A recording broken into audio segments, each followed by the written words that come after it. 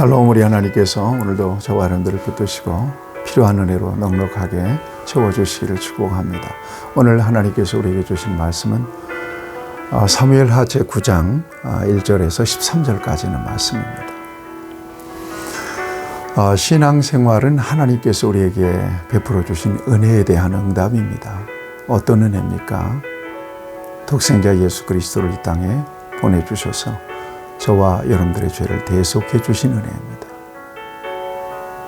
이 은혜는 세상의 그 어떤 가치로도 살 수 없고 대신할 수 없는 값진 은혜요 절대적인 은혜입니다. 그래서 이 은혜를 받고 거듭난 사람들은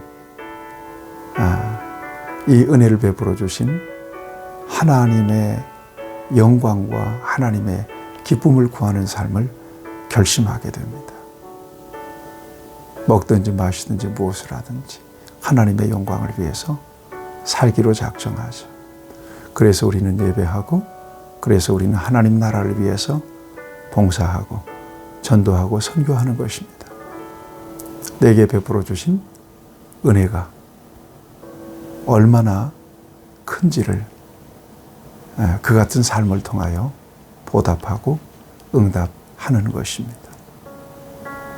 사랑하는 여러분, 하나님의 은혜를 기억하십시오. 하나님의 은혜를 보답하십시오. 이것이 저와 여러분들의 이 땅에서의 삶의 가장 중요한 목적임을 잊지 마십시오. 오늘 본문 말씀을 보면 다윗의 나라가 견고해졌습니다. 대적들도 없고요. 나라가 안정적인 기반 위에 세워졌습니다. 이때 그 옛날 가장 어렵고 힘들 때 그의 편에서 생명처럼 그를 사랑하고 그를 보호하고 변호하고 그를 도와주었던 친구 요나단, 사울의 아들이죠. 요나단을 떠올립니다. 그리고 그와 마지막 헤어질 때 그와 언약했던 그 언약을 기억해냅니다. 우리는 사무엘상 20장에서 마지막으로 요나단과 다윗이 헤어지는 장면을 감격적으로 보았습니다. 사울 왕이 다윗을 죽일 의도가 너무나 분명해요.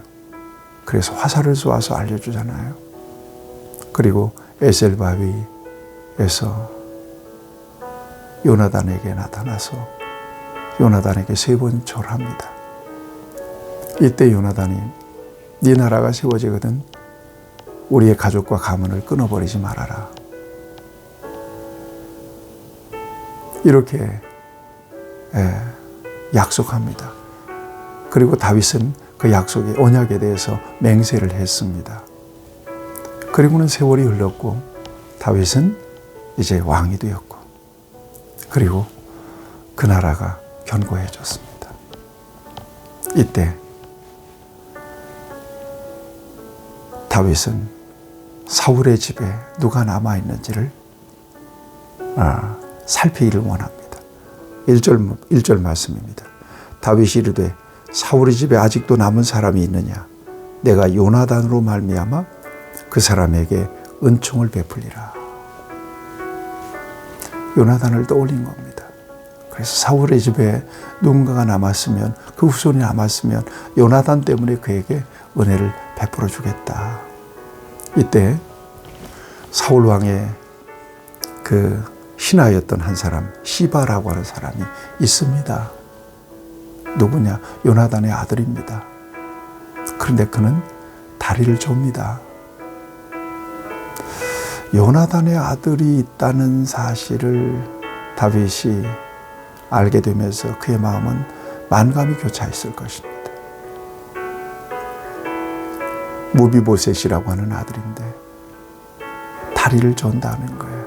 왜 시바가 다리를 전다고 얘기했을까요? 아마도 다윗에게 절대 그 아들은 위협이 되는 사람이 아닙니다라고 하는 사실을 그같이 알리면서 다윗에게 안심을 주려고 했던 것 같습니다. 당장에 그를 데려오라고 합니다. 그래서 로드발 암미엘의 아들 마길의 집에 있는 무비보셋을 데리고 다윗 앞에 옵니다. 다윗 앞에서 이 무비보셋이 절름발이죠. 납작 엎드립니다. 그리고는 뭐라고 얘기합니까? 보소서, 당신의 종이니이다. 보십시오. 저는 당신의 종입니다. 당신 나의 주인입니다. 여기다가 무비보셋을 바라보고 있는 다윗의 마음이 어떤지를 저와 여러분들이 가슴을 이렇게 열어서 한번 느껴볼 필요가 있겠다 싶습니다. 대단히 감격스러운 마음이죠.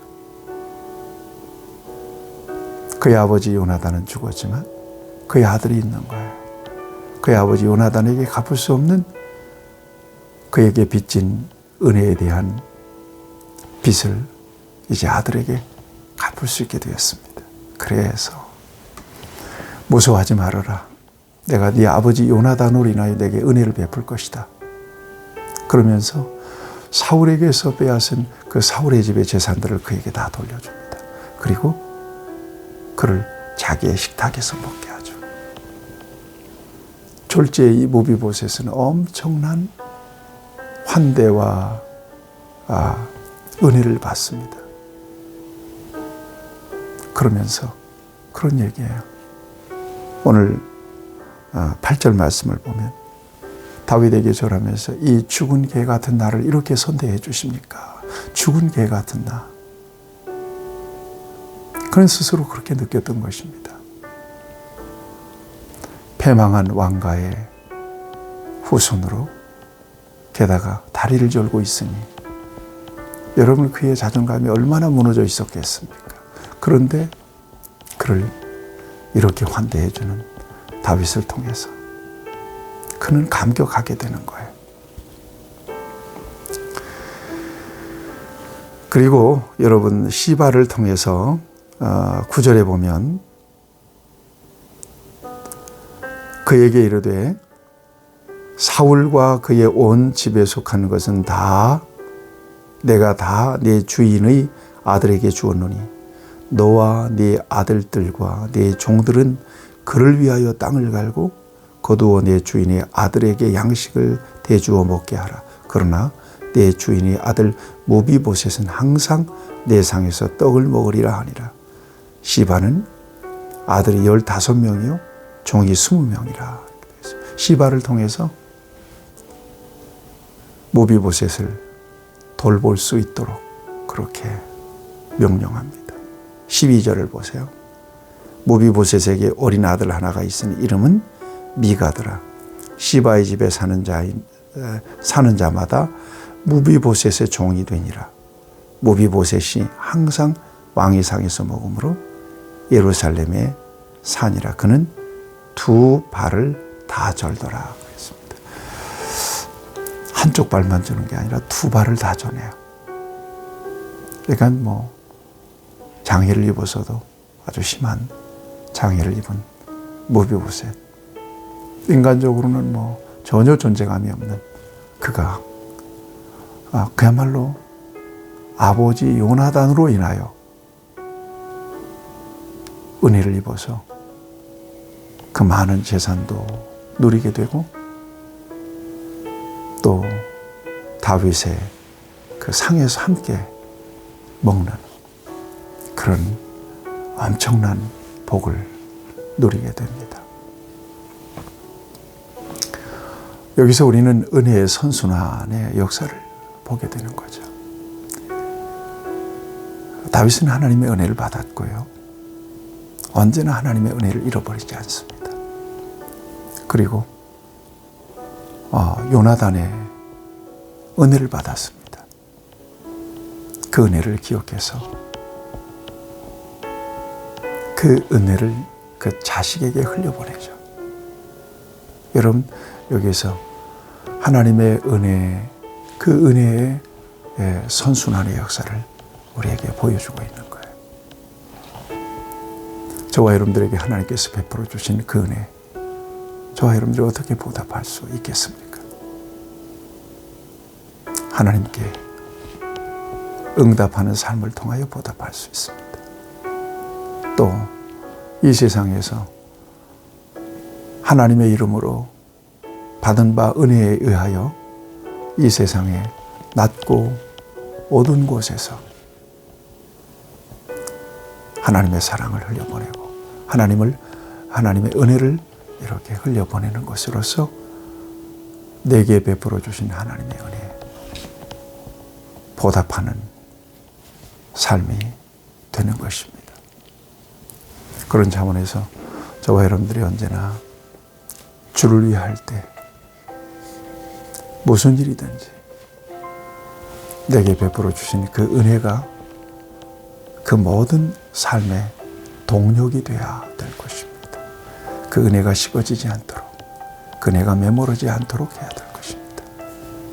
그래서 그 은혜에 의하여, 은혜에 근거해서 감격적으로 하나님을 섬기고 주님의 이름으로 이웃들을 돌보고 사랑하고 섬기는 일에 저와 여러분들이 귀하게 쓰임받아야 될 것이며, 교회는 그 같은 목적을 위해서 이 땅에 세워진 공동체인 것도 잊지 마셔야 될 것입니다. 오늘도 그 같은 삶을 통해서 여러분들을 통해 하나님의 은혜가 그 어떤 곳으로든 그 어떤 사람에게든 흘러가는 그런 은혜의 통로로 쓰임받는 저와 여러분들이 되시기를 축복합니다. 자비하신 아버지 하나님, 갚을 수 없는 은혜를 우리가 받아 누리고 있습니다. 일생을 사는 동안 이 은혜에 응답하는 삶을 살게 하시고, 이 은혜를 흘려보내서 이 은혜가 필요한 곳에, 은혜가 필요한 사람에게 하나님의 은혜를 전해줄 수 있는 하나님의 좋은 도구로 살아갈 수 있도록 인도해 주시옵소서. 예수님의 이름으로 기도하옵나이다. 아멘. 예, 여러분들을 축복합니다.